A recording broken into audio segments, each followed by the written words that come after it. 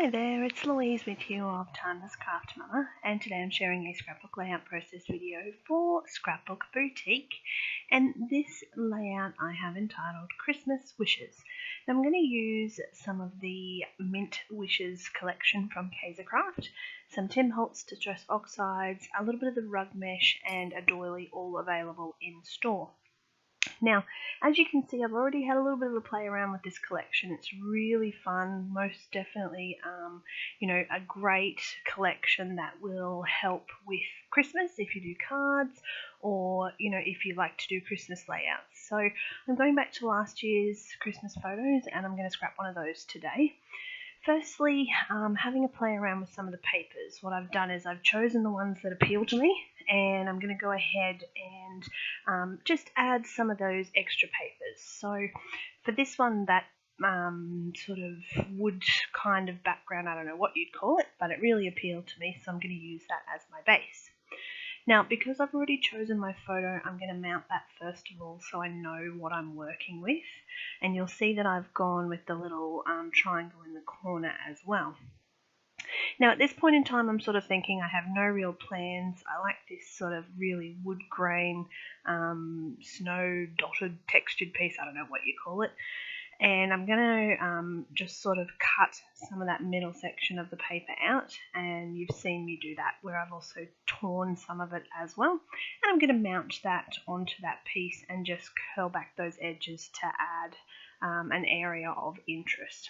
It was about this point where I'm sort of thinking, oh yeah, okay, I like what I've got going on here. That torn out section looks really great.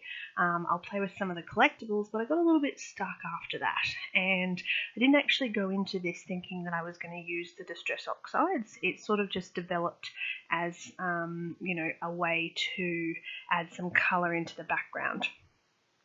So one of my favourite ways to separate a photo from a background is to use a doily, and it's a really simple way to just lift a photo off the page and help it stand out a little bit.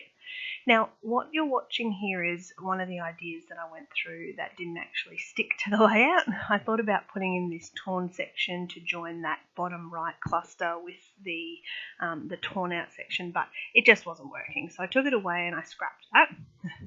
No pun intended. Now, what I'm going to do is start to add some of that mixed media background.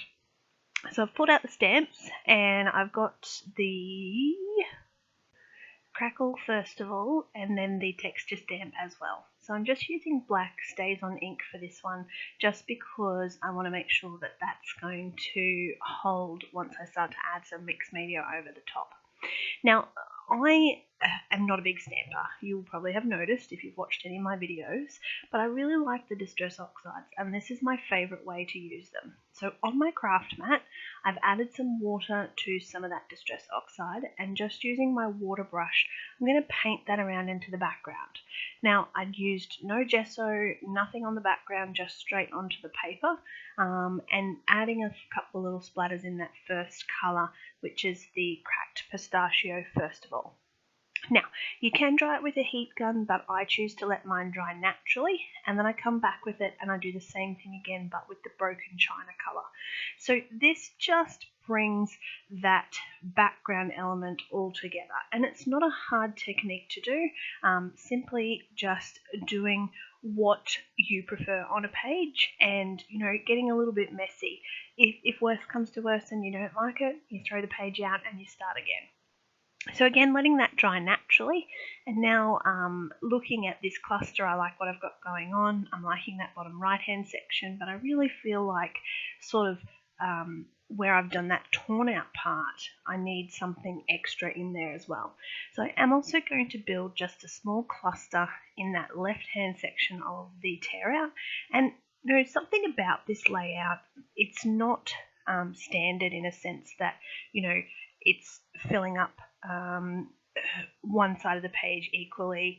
I don't know, there's just something that sort of makes it not seem like my normal scrapbook layout, but I'm really happy with the result. I think that it comes together with the little banners and that torn out section at the back. It just adds this kind of interest that is so different to what I would normally do on a scrapbook page. Now, I've mentioned in my other videos when I'm using the rug mesh that I do actually use my hot glue gun for this, just because it purely and simply gives an immediate fix onto the page, and I don't have to worry about the tacky glue having to sit and dry. So you'll see that in some of my videos I'll actually adhere with tacky glue, and sometimes I'll use the hot glue gun. So when I'm using the rug mesh, it's hot glue gun. Having a bit of a look at the sticker sheet, and I decide to make another little banner with one of the stickers and pop that in that left hand cluster section as well. Add a tiny little bit of journaling because it really didn't need much, and then this layout is complete.